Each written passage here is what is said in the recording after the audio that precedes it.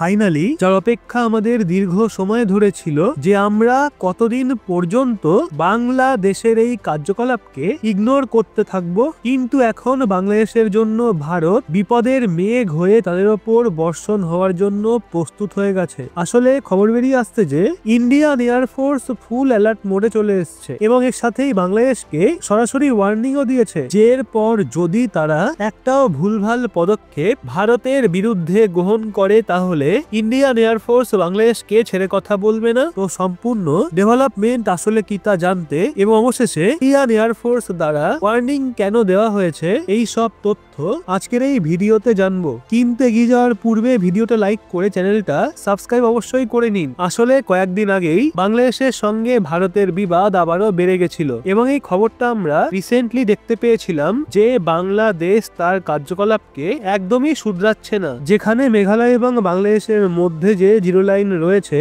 সেখানে তুর্কির থেকে ক্রয় করা ড্রোনকে মজুত করা শুরু করে দিয়েছে। যদি এই ধরনের খবর দিন কয়েক আগে এসেছিল যখন বাংলাদেশের ড্রোন মেঘালয়ের পার্শ্ববর্তী এলাকা ইন্ডিয়ান বর্ডারের কাছাকাছি দেখা গিয়েছিল, কিন্তু এখন বলা হচ্ছে যে বাংলাদেশে যে সমস্ত ড্রোন মেঘালয় বর্ডার সংলগ্ন এলাকায় মজুত করে রাখা হয়েছে তার দূরত্ব কেবলমাত্র বর্ডার থেকে 200 মিটার। অর্থাৎ দেখতে গেলে এই বিষয়টা পরিষ্কার যে কোনো মুহূর্তে বাংলাদেশের ড্রোন জিরো লাইনকে ক্রস করে ইন্ডিয়াতে প্রবেশ করতে পারে এবং এই জিনিসকে নিয়েই ইন্ডিয়া তাদের এই কার্যকলাপকে ইমিডিয়েটলি ফ্ল্যাগ করে দিয়েছে। তারা এটাও বলছে যে আমাদের যে আইন কানুন রয়েছে সেখানে দুই দেশের মধ্যে যদি কোনো রকম শত্রুতা না থেকে থাকে তবে বর্ডার থেকে 10 কিলোমিটারের দূরত্বে কোনো প্রকার এরিয়াল ভেহিকেল দেখতে পাওয়ার কথা নয়, মিলিটারি ড্রোন হোক বা ফাইটার জেট অথবা হেলিকপ্টারই হোক না কেন। কিন্তু যেইভাবে বাংলাদেশ 200 মিটারের মধ্যে ড্রোনকে মজুত করে রেখেছে, তো এই অবস্থায় এটা নিয়ম কানুনের উল্লঙ্ঘন, যার জন্য এখন ইন্ডিয়ান এয়ারফোর্সকেও সামনাসামনি এসে বাংলাদেশকে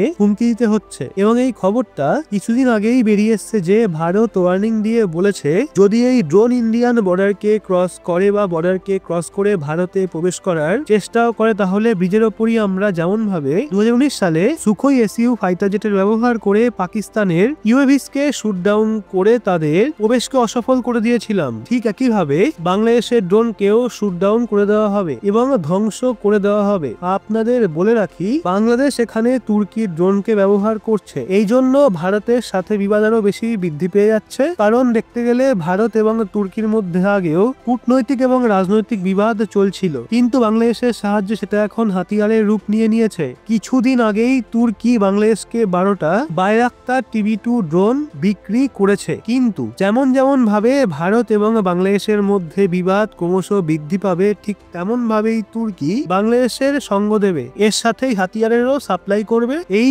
12খানা ড্রোনের মধ্যে এখনো পর্যন্ত যে এই খবর সামনে বেরিয়ে এসছে তা অনুযায়ী কেবলমাত্র 6টা ড্রোনকেই বাংলাদেশ ডিপ্লয় করেছে, বাকি 6টা ড্রোন এখনো পর্যন্ত বাংলাদেশ ভারতের বিরুদ্ধে ডিপ্লয় করেনি। যদিও এই ড্রোনের উদ্দেশ্য নজরদারি করার জন্য ছিল, কিন্তু এখন এই ড্রোন যেইভাবে জিরো লাইনের দিকে অগ্রসর হচ্ছে তো অবস্থায় এর ব্যবহার ভারত বিরোধী যে কোনো গতিবিধির ওপর করা যেতে পারে। এখানে কেবলমাত্র বাংলাদেশের হয়তো বাদ দিন, যদি এই ড্রোনের ব্যবহার করে ভারতের ওপর নজরদারি করারও চেষ্টা করা হয় তাহলে সেই তথ্য চীন পর্যন্ত পৌঁছে যেতে পারে। এমনকি কয়েকদিন আগেই তুর্কি এই ড্রোনে হাতিয়ার লাগানোরও পরিস্থিতি সৃষ্টি করেছে। এ থেকে না কেবল ভারতের সুরক্ষার বিষয়ে বিপদ রয়েছে, বরং এটা জিও পলিটিক্সকে ক্রমশ জটিল করে দিচ্ছে এবং এই সমস্ত কারণের জন্য ভারতীয় বায়ুসেনার দ্বারা শুরুতে উদাহরণ দিয়ে বোঝানোর চেষ্টা করছে। নয়তো আপনাদের তো জানাই রয়েছে যে ভারতীয় বায়ুসেনা বিশ্বের সবচেয়ে শক্তিশালী সেনাবাহিনীর মধ্যে একটি এবং ভারতীয় বায়ুসেনাদের কাছে সেই ক্ষমতা রয়েছে যেটা যে কোনো আকাশপথের বিমানকে মিনিটের মধ্যেই ধ্বংস করে দিতে পারবে। এই অবস্থায় তুর্কি এবং বাংলাদেশের মতো কান্ট্রি যদি ভারতের ক্ষমতাকে হালকায় নেওয়ার চেষ্টা করে তাহলে তাদের জন্য ফলাফল খুবই ভয়াবহ হবে। এবং আপনাদের বলে রাখি এটা কোনো নতুন বিষয় নয় যে যখন তুর্কির ঘাতক ড্রোনকে ধ্বংস করার কথা ভারতের দ্বারা বলা হচ্ছে, বরং 2024 সালের অক্টোবর মাসে এই তথ্য সামনে উঠে এসেছিল যে কেবলমাত্র গত 10 মাসে ভারতীয় বিএসএফ প্রায় 250টা ড্রোনকে ইন্ডিয়া পাকিস্তান বর্ডারে নষ্ট করে দিয়েছে, যার মধ্যে বিভিন্ন ড্রোন তুর্কিরও ছিল। অর্থাৎ আমরা যে সমস্ত কাজ পাকিস্তান বর্ডারে করে এসেছি, এখন সেই একই কাজ বাংলাদেশের বর্ডারে করতে হবে। কিন্তু একটা প্রশ্ন যেটা আপনাদের সবার মনেই রয়েছে, সেটা হলো ভারত দ্বারা এখনো কেন বাংলাদেশকে ওয়ার্নিং দেওয়া হচ্ছে? অন্যদিকে যেখানে আমাদের এই বিষয়ে জানা রয়েছে যে বাংলাদেশ আমাদের জন্য বিপজ্জনক হয়ে উঠছে, তাহলে আমরা কেন তাদের বিরুদ্ধে কঠোর পদক্ষেপ শুরুতেই গ্রহণ করছি না? এর জন্য আপনাদের বলে রাখি, ভারত অলরেডি প্রিপেয়ার রয়েছে, সেটা বর্ডার সিকিউরিটি হোক, এয়ারফোর্স হোক বা নেভি। তিন সেনাবাহিনী প্রথম থেকেই হাই অ্যালার্ট রয়েছে এবং অন্যদিকে বাংলাদেশের ওপর কড়া নজর রাখা হচ্ছে। দৌড়াদৌড়ি করা তো ইঁদুরের অভ্যাস এবং একটা ইঁদুরের মতোই বাংলাদেশ দৌড়াদৌড়ি করছে। অন্যদিকে যখন আমাদের প্রস্তুতি প্রথম থেকেই রয়েছে, তাহলে আমাদের দৌড়াদৌড়ি করার কি প্রয়োজন রয়েছে?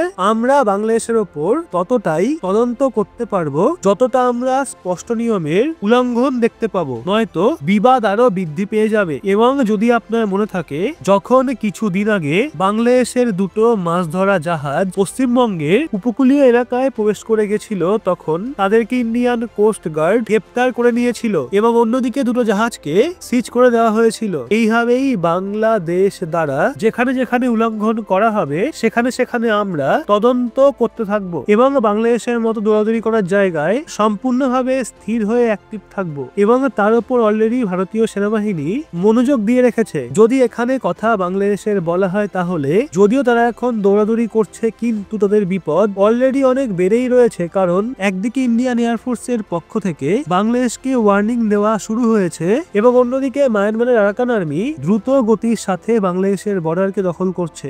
এছাড়াও বাংলাদেশের ওপর হামলা করারও খবর সামনে বেরিয়ে আসছে। তবুও আপনি জেনে আশ্চর্য হবেন যে বাংলাদেশের ওপর দ্রুত গতির সাথে আরাকান আর্মি হামলা করে দখল করেছে, কিন্তু বাংলাদেশ এই বিষয়টাকে লুকানোর চেষ্টা করেছে। অন্যদিকে যেখানে খবরে বলা হচ্ছে যে আরাকান আর্মি দ্বারা বাংলাদেশের সীমান্ত এলাকা দখল করলে ভারতের সাথে বিগড়ে যাওয়া সম্পর্কের মধ্যে মোহাম্মদ ইউনূসের চিন্তা আরো বৃদ্ধি পেয়ে গেছে এবং বাংলাদেশি বর্ডার গার্ড যখন আরাকান আর্মির সাথে মোকাবিলা করতে পারছে না, সেখানে তারা ভারতের সাথে লড়াই কিভাবে করবে? কারণ যদি ভারতের ওভারঅল ইকোনমি এবং মিলিটারি নিয়ে ক্ষমতাকে দেখা হয়, তাহলে কিছু মাস আগেই তথ্য সামনে উঠে এসেছিল যে ভারত জাপানকে পেছনে ফেলে দিয়েছে এবং ভারত এশিয়ার তৃতীয় সবচেয়ে বড় পাওয়ারফুল দেশ তৈরি হয়ে গেছে। এবং কেবলমাত্র যদি মিলিটারি পাওয়ার দেখা হয়, তাহলে ভারতকে সমগ্র বিশ্বের মধ্যে চতুর্থ সবচেয়ে বড় এবং শক্তিশালী মিলিটারি পাওয়ার বলে মনে করা হয়। কারণ না কেবল আমাদের কাছে